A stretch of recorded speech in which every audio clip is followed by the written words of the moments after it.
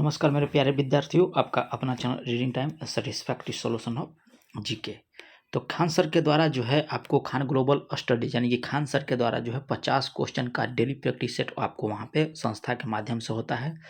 तो वही सेट को जो है हम आपको अपने चैनल पे वीडियो के माध्यम से प्रोवाइड कराते हैं। तो अगर अगर आप लोग अभी तक चैनल को सब्सक्राइब नहीं किए होंगे तो कर लीजिएगा, बेल आइकन को दबा लीजिएगा। और 1, 2 दोनों सेट जो है आपको प्लेलिस्ट में मौजूद है, आप वहाँ से जाकर देख सकते हैं। तो चलिए यहाँ पे सेट नंबर 3 का क्वेश्चन नंबर 1 देखिए यहाँ पे क्या कह रहा है।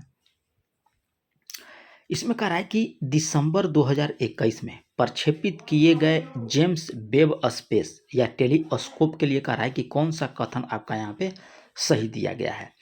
तो यहाँ पे कथन सही होगा कि यह पृथ्वी से लगभग जो है 15 लाख किलोमीटर दूर सूर्य की परिक्रमा करता है। तो ये आपका यहाँ पे राइट हो जाएगा। चलिए सेकंड नंबर क्वेश्चन दिया है कि अंटार्कटिका महाद्वीप के संबंध में कह रहा है कि निम्नलिखित कथनों में से कौन सा कथन सही दिया गया है। ठीक है, तो अन्य सभी महाद्वीप की तुलना में इसकी सबसे अधिक औसत ऊंचाई है किसकी? अटलांटिक महाद्वीप की। तो ये आपका राइट है। माउंट बिनॉन इस महाद्वीप की सबसे ऊंची चोटी है किसका? अंटार्कटिक महाद्वीप का। तो दोनों कथन आपका यहाँ पे राइट दिया गया है। ऑप्शन सी को आप यहाँ पे टिक कर लीजिएगा। चलिए अगला क्वेश्चन थर्ड नंबर में कह रहा है कि कौन सा जैवमंडल रिजर्व भारत के 3 राज्यों में फैला हुआ है। तो नीलगिरी, याद रखिएगा कि नीलगिरी जो है आपको जैवमंडल रिजर्व भारत के 3 राज्यों में फैला हुआ है। ठीक है, नीलगिरी। चलिए अगला क्वेश्चन कह रहा है कि निम्नलिखित में से युग्मों में से कौन सुमेलित यहाँ पे नहीं है। ठीक है, तो यहाँ पे कह रहा है कि रामनगर वन जीव अभयारण्य आपको उत्तराखंड में है। ये आपका यहाँ पे गलत दिया गया है, क्योंकि रामनगर वन जीव अभयारण्य जो है ये आपको पड़ता है जम्मू कश्मीर में। कहाँ पड़ता है? जम्मू कश्मीर में। जबकि चक्रशिला वन जीव अभयारण्य आपको असम में है, नाहर वन जीव अभयारण्य आपको हरियाणा में है, और केन वन जीव अभयारण्य जो है आपको अरुणाचल प्रदेश में। याद रखिएगा कि रामनगर वन जीव अभयारण्य जो है आपको जम्मू कश्मीर में है। चलिए नेक्स्ट क्वेश्चन कर रहा है कि लक्षद्वीप में कह रहा है कि नारियल उत्पादन के संबंध में कौन सा कथन यहाँ पे सही दिया गया है। तो इसमें जो है लक्षद्वीप में हमको डाउट है कि नारियल उत्पादन शायद नहीं होता है, लेकिन फिर भी यहाँ दिया गया है। इस क्वेश्चन को आप निगलेक्ट कीजिए, ठीक है, और नहीं तो आप लोग सर्च कर लीजिएगा 5 नंबर। चलिए 6 नंबर हम लोग क्वेश्चन देख लेते हैं। डाउट था इसलिए हम आपको वो क्वेश्चन नहीं करवाएं। 6 नंबर में देखिए क्या बोल रहा है। 6 नंबर में कह रहा है कि रोधिका यानी कि बैरियर द्वीप के संबंध में कह रहा है कि कौन सा कथन आपका यहाँ पे सही दिया गया है। तो यह रेत के द्वीप की छोटी श्रृंखला होती है जो तट से दूर अपतटीय क्षेत्र में बनते हैं। तो ये आपका जो कथन दिया गया है सही है। लैगून या उथले कच्छरोधिका द्वीपों को कह रहा है कि मुख्य भूमि से पृथक करते हैं। ये भी आपका सही है, यानी कि इसमें तीनों कथन आप याद रखिएगा कि सही दिया गया है। ऑप्शन डी को आप सही कर लीजिएगा।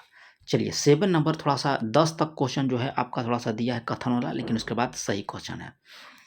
ग्रीन क्रेडिट कह रहा है कि इनिशिएटिव के संबंध में कह रहा है कि कौन सा कथन सही दिया गया है ग्रीन क्रेडिट के संबंध में। तो यहाँ पे याद रखिएगा कि यह जलवायु परिवर्तन को चुनौती की अनुक्रिया करती है। ये आपका सही है। यह बंजर भूमि और नदी जलग्रहण क्षेत्रों में वृक्षारोपण को कह रहा है कि प्रोत्साहन देता है। कौन? Green credit. फिर कह रहा है कि यह ग्रामीण निर्धनों द्वारा उपयोग किए जाने वाले केरोसिन तेल को सौर ऊर्जा से प्रतिस्थापित करने में भारत सरकार को एक स्कीम भी है। तो ये भी आपका यहाँ पे सही दिया गया है, यानी कि तीनों कथन आपका यहाँ पे राइट दिया गया है। चलिए अगला क्वेश्चन कह रहा है कि हाल ही में कह रहा है कि भारत सरकार ने लिथियम की खोज और खनन परियोजना के लिए कह रहा है कि किस देश के साथ जो है करार किया है। तो ये आपको किया है अर्जेंटीना के साथ। याद रखिएगा क्या कह रहा है कि भारत सरकार ने लिथियम की खोज और खनन परियोजना के लिए किस देश के साथ जो है करार किया है। तो अर्जेंटीना के साथ। चलिए अगला क्वेश्चन यहाँ पे दिया है 9 नंबर में। 9 नंबर में कह रहा है कि प्राचीन दक्षिण भारत में संगम साहित्य के बारे में कह रहा है कि कौन सा कथन आपका सही दिया गया है संगम साहित्य में। तो यह कह रहा है कि वर्ण का सामाजिक वर्गीकरण संगम कवियों को ज्ञात था। ये आपका सही दिया गया है। क्वेश्चन कह रहा था कि प्राचीन दक्षिण भारत में संगम साहित्य के बारे में कह रहा है कि कौन सा कथन सही है। तो वर्ण का सामाजिक वर्गीकरण संगम कवि को ज्ञात था। तो ये आपका यहाँ पे राइट है।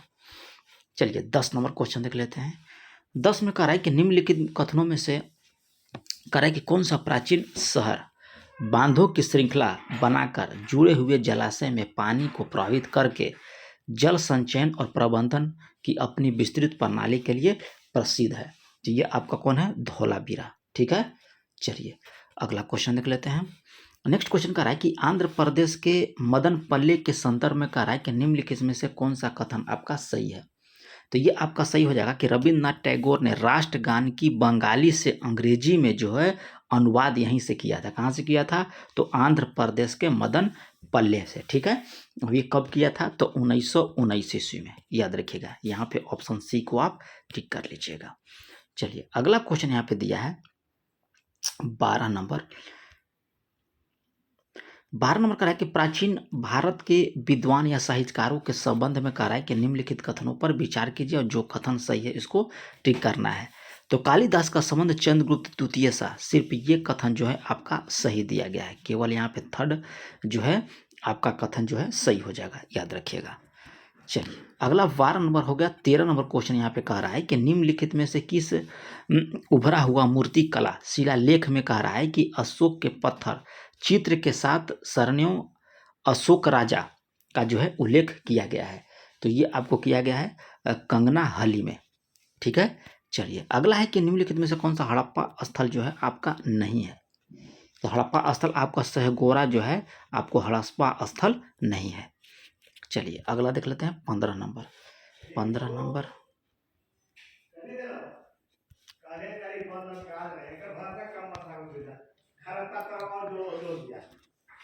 भारतीय संविधान में कह रहा है कि शामिल राज्य के नीति निर्देशक तत्वों के संदर्भ में कह रहा है कि कौन सा कथन सही दिया गया है?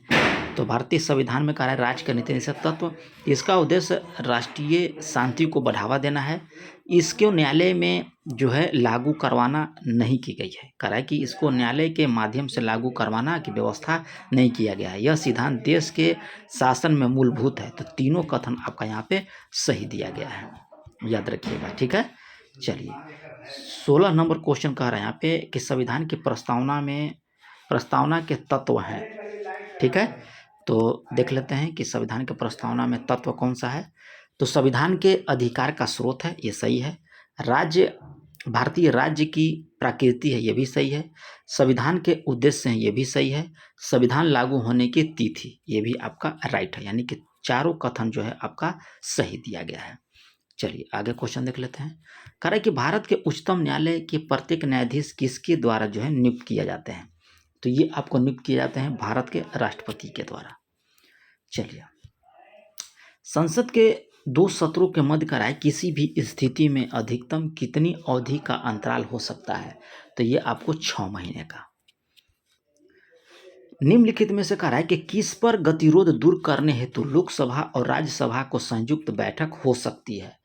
तो ये आपको सामान्य विधेयक, 2 विधेयक पर जो है आपको राज्यसभा और लोकसभा का बैठक होता है, जिसमें एक है आपका सामान्य विधेयक। अगला है कि नवीकरणीय ऊर्जा का स्रोत नहीं दिया गया है। ठीक है, तो याद रखिएगा कि जीवाश्मों से जो ऊर्जा होती है वो आपको नवीकरणीय ऊर्जा का स्रोत नहीं है, जबकि पवन ऊर्जा होगा, भूतापीय ऊर्जा हो गया, सौर ऊर्जा होगा। नवीकरणीय ऊर्जा का मतलब होता है कि जो कभी नहीं समाप्त हो। पवन ऊर्जा कभी नहीं समाप्त होगा, भूतापीय ऊर्जा भी कभी समाप्त नहीं होगा और सौर ऊर्जा भी कभी समाप्त नहीं होगा। यहाँ पे आंसर हो जाएगा जीवाश्म से ऊर्जा।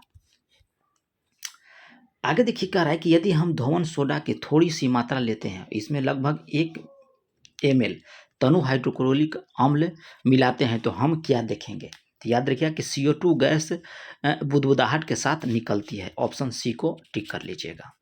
चलिए आगे देख लेते हैं। आगे कह रहा है कि भार का SI इकाई बताना है भार का, तो ये आपको होता है न्यूटन। कार्बन खाली स्थान के कह रहा है कि अपरूप में कार्बन परमाणु के फुटबॉल के आकार में कह रहा है कि व्यवस्थित करना है।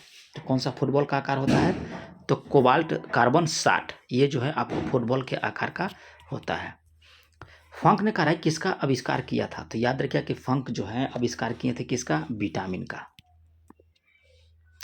अधातु में कह रहा है कि कौन सी चमकदार होती हैं? अधातु में कौन चमकदार होता है? तो आयोडीन। आयोडीन जो होता है आपका अधातु होता है और ये आपका चमकदार होता है। कह रहा है कि प्रकाश सबसे अधिक किस में यात्रा करता है? तो प्रकाश याद रखिएगा कि सबसे अधिक जो है यात्रा करता है निर्वात में। 2 गुना 10 के घात 8 मीटर, 3 गुना 10 के घात 8 मीटर पर सेकंड होता है। चलिए आगे देख लेते हैं। यहाँ पे कराई के निम्नलिखित में से कौन सा कथन जो है ध्वनि और प्रकाश तरंगों के बारे में सही दिया गया है? तो ध्वनि तरंगे जो होता है अनुदैर्ध्य होता है, लेकिन प्रकाश तरंगे होता है आपका अनुप्रस्थ, ऑप्शन बी। चलिए कराई कि मनुष्य जाति की एक पुरुष को उसके एक्स गुणसूत्रों उसके या उसकी से प्राप्त करता है, यानी कि एक्स गुणसूत्र जो है मनुष्य की जाति जो है कहाँ से प्राप्त करता है? तो ये माता से प्राप्त करता है। एक्स वाई पूछेगा तो आपको हो जाएगा पिता से। कंप्यूटर के शब्द में कह रहा है कि निब्बल क्या है? तो ये आपको होता है आधा बाइट। निब्बल जो होता है आधा बाइट होता है। चलिए यहाँ पे कह रहा है कि आरोही क्रम में आपको व्यवस्थित करना है किसका? मेगाबाइट, टेराबाइट, किलोबाइट और गीगाबाइट का। तो सबसे कम होता है आपको किलोबाइट, उसके बाद होता है मेगाबाइट, गीगाबाइट और टेराबाइट। ठीक है, तो ऑप्शन सी सही हो जाएगा। चलिए क्वेश्चन नंबर 31 यहाँ पर कह रहा है कि पनवृत्त का एक अंग है, याद रखिए कि पेड़ का है। चावल के कह रहा है कि खेतों में मिट्टी की उर्वरता को खाली स्थान द्वारा बेहतर किया जा सकता है। तो बेहतर आपको नीले हरे शैवाल से। डॉक्टर सलीम मोइजुन अब्दुल अली किसके लिए प्रसिद्ध थे? तो ये आपको प्रसिद्ध है पक्षी वैज्ञानिक इनको बोला जाता है, डॉक्टर सलीम मोइजुन अब्दुल अली को। आगे कह रहा है कि सल्फर और क्लोरीन जैसी धातुएं आवर्त सारणी में कह रहा है कि पाई जाती है। तो याद रखिएगा कि ये आपको दाईं ओर पाया जाता है, और धातु जो है आपको दाईं ओर, धातु कहेगा तो बाईं ओर। चलिए अगला क्वेश्चन कह रहा है कि गरीब देशों की मदद करता है कौन सा संस्था? तो ये आपको आईडीए, आईडीए जो है आपको गरीब देशों को 0% पे जो है यह ब्याज देता है। ठीक है, तो ये हो जाएगा आईडीए। भारत की कह रहा है कि कौन सी पंचवर्षीय योजना जो है हेरोल्ड डोमर मॉडल पर आपको आधारित है? तो ये आपको था पहली पंचवर्षीय योजना जो 1951 से 56 तक था। ये आपको जो था हेरोल्ड डोमर मॉडल पर आधारित था। अगला क्वेश्चन कर रहा है कि दोहरी अर्थव्यवस्था के क्या लक्षण हो सकते हैं? तो दोहरी अर्थव्यवस्था के लक्षण आपको हो सकते हैं कि कृषि और उद्योग अस्तित्व, निर्वाह खेती के साथ वाणिज्य कृषि अस्तित्व, ये सही है। निर्वाह खेती पारंपरिक हस्तशिल्प के साथ आधुनिक उद्योग और अनुद्योग कृषि, यानी कि तीनों यहाँ पे आपको दोहरी अर्थव्यवस्था का लक्षण दिया गया है। चलिए आगे कह रहा है कि मराठे समिति किससे संबंधित है? तो ये आपका संबंध हो जाएगी शहरी शाकाहारी बैंक से। शहरी शाकाहारी बैंक हो जाएगा। देखिए 39 नंबर क्वेश्चन का रहा है कि भारतीय रेल द्वारा चलाई गई कम किराए की पहला वातानुकूलित रेल गाड़ी जो है आपको गरीब रथ जो है किन शहरों के बीच चलाया गया था? ठीक है, तो गरीब रथ याद रखिए कि सहरसा से आपको अमृतसर तक चला था। आगे देखिए क्वेश्चन का रहा है कि भारत में संगठित मनी मार्केट का सबसे सक्रिय साधन निम्नलिखित में से कौन सा है? तो ये आपको हो जाएगा ट्रेजरी बिल। चलिए आगे देख लेते हैं।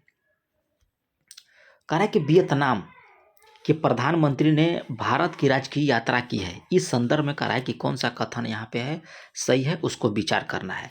तो रक्षा खरीद के लिए कह रहा है कि भारत द्वारा 3 मिलियन अमेरिकी डॉलर की ऋण जो है सुविधा प्रदान करने की समझौता हुआ, ये आपका सही है। यहाँ पे फर्स्ट स्टेटमेंट में दिया है 2024-25, अगर यही 2028 रहता यानी कि 24-28 रहता, यहाँ पे 25 की जगह 28 रहता तो ये भी आपका स्टेटमेंट सही हो जाता है। याद रखिएगा वहाँ पे 28 कर लीजिएगा, तब ये कथन आपका सही हो जाता। ठीक है, यहाँ पे अभी सिर्फ जो है सिर्फ 2 कथन आपका यहाँ पे सही है।